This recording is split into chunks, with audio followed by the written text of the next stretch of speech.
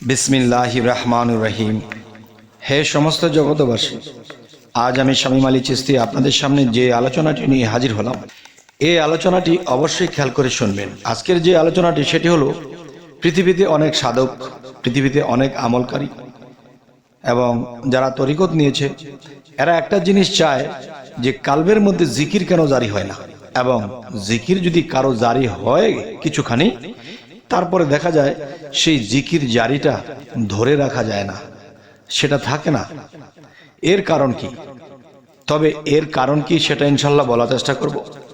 আরও একটা বিষয় হলো যে মানুষ কিন্তু যা কিছু চেষ্টা করে, কিন্তু চেষ্টা করার পরে যতটুকু অগ্রসর হয় তার চেয়ে বেশি পিছিয়ে যায় দুনিয়ার লোভ লালসার কারণে। তবে হ্যাঁ, লোভ লালসা মানুষের জীবনে চলার পথে লোভ লাগবে, লোভ থেকে ফিরে আসবে, লোভ লাগবে ফিরে আসবে, তার মানে নিজের সাথে যুদ্ধ। লোভ জেগেছে কিন্তু লোভনীয় কাজটা করব না। আচ্ছা, ফিরে আসাও কিন্তু এটার এক নাম হলো জিহাদ, যে নিজের সাথে জিহাদ করা, তার মানে নিজের সাথে যুদ্ধ করা। আচ্ছা, এবার আসবো, জিকির জারি তো এমনিতেই হয় না, আবার যদিও চেষ্টা করি তারপরে কিছুটা জারি মনে করলে তারপরে সেটাও থাকে না। এর কারণ কি এবং এটাকে ধরে রাখার জন্য এর কারণগুলো আমি বলবো ইনশাল্লাহ। দেখুন, প্রথমত যার যার কামেল মুর্শিদের সাথে তো এটা পরামর্শ করতেই হবে। তবে এই মানুষটি যার কালবের মধ্যে জিকির জারি হয়ে যায়, এই কালবের মধ্যে জিকির জারি হওয়াটা যেরকম কঠিন, আর ধরে রাখাটা তার জন্য কঠিন হয় প্রথম দিকে। আর যদি একবার ধরে রাখার অভ্যাস করে ফেলতে পারে, তাহলে তার জীবনে কি কি হবে?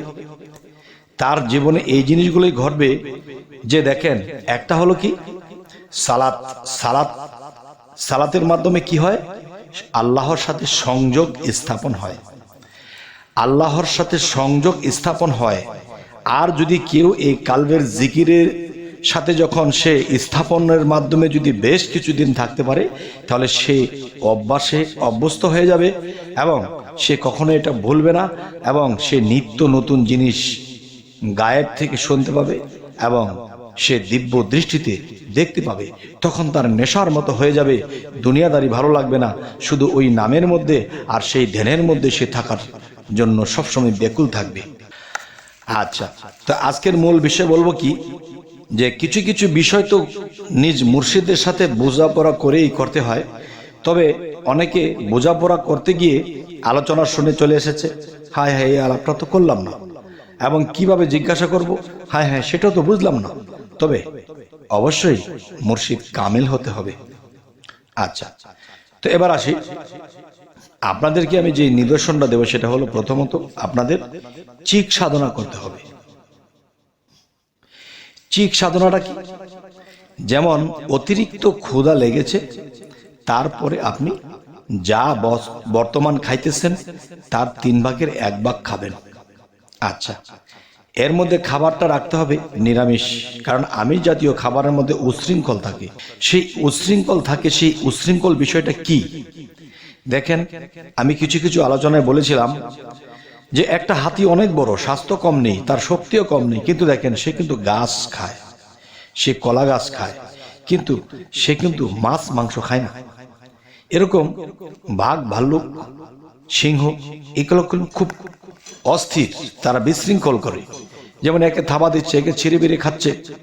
প্রাণীটা ছোট, কিন্তু এর লাফালাফি ফালাফালি কি, তার মানে তারা উশৃঙ্খল। তো একটা মানুষ যদি পৃথিবীতে সাধনায় ডুবতে চায়, কালবে জিকির আনতে চায়, সেই মানুষটির কি হতে হবে? নীরব হতে হবে। আর নীরব হতে হলে নিরামিষ খেতে হবে। নিরামিষ খেলে কি হবে? নিরঞ্জন সে একদিন লাভ করতে পারবে। যাই হোক, আজকের যে মূল আলোচনা, যেই সাধনাগুলো করতে হবে এবং যে আমলগুলো, যেই নামগুলো, যেই রূপগুলো ধরে রাখতে হবে, সেই বিষয়ে আলোচনাটি করছি, অবশ্যই খেয়াল করে শুনবেন।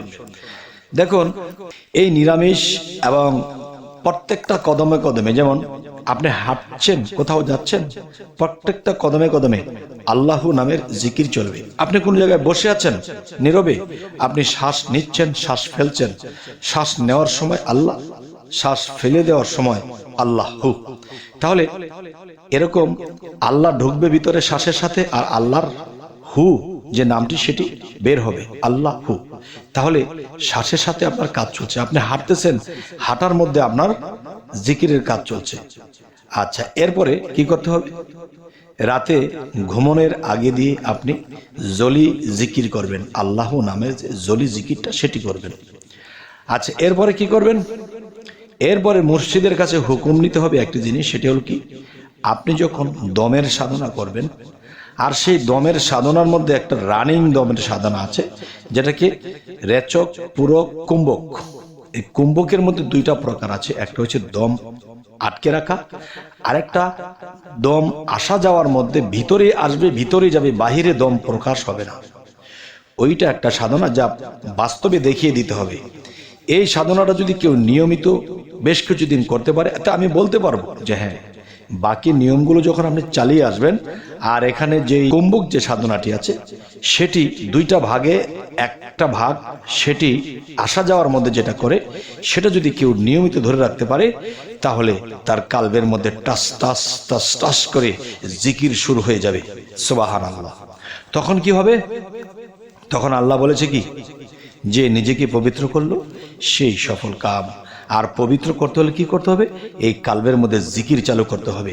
জিকির চালু করলে কি হবে? সেই কালবের মধ্যে আল্লাহর সিংহাসন হিসেবে আল্লাহ আসবে, তখন এলমে লাদুনি তার মধ্যে জারি হয়ে যাবে। সুবহানাল্লাহ। আর সে এলমে লাদুনির মধ্যে সে আল্লাহর গুপ্ত খবর পাবে, এবং সে দিন দিন নীরব হয়ে যাবে, আর সে আতঙ্কে থাকবে আমার দ্বারা কোনো ভুল অপরাধ হয় কিনা, এবং নিজের মধ্যে নিজে তার মুর্শিদ কেবলাকে নিয়ে, তার রাসূলকে নিয়ে, আল্লাহকে নিয়ে সে সবসময় ফানা ফিল্লার দেশে থাকবে। তবে কি হবে? সেই মানুষটি হলো পবিত্র, সেই মানুষটি সেই তার মুখে যা কিছু বলবে তাই ফলবে। তবে হে সমস্ত জগতবাসী, আমি যেভাবে আপনাদের সাথে এই ইউটিউবের মধ্যে যেভাবে কথা বলতেছি, হয়তো কথার মধ্যে আপনাদের একটি লাভ হবে, সেটা কি, যে এই জিনিসগুলো এভাবে করতে হবে, কিন্তু প্র্যাকটিক্যালি আসতে হবে। সেটি হলো কি, যে কুম্ভক সাধনা দুই প্রকার। এর মধ্যে যেই প্রকারটি আপনার শ্বাস প্রশ্বাস ভিতরে রানিং করবেন, আর সেই বাতাস যখন আপনার মধ্যে নামের সাথে রূপের সাথে যখন রানিং হবে, তখন আপনার কালবের ভিতরে, সেই হার্টের ভিতরে, সেই হৃৎপিণ্ডটা আপনার রানিং হবে। রানিং যখন হবে, তখন আপনার ভিতরের ময়লা কেটে যাবে।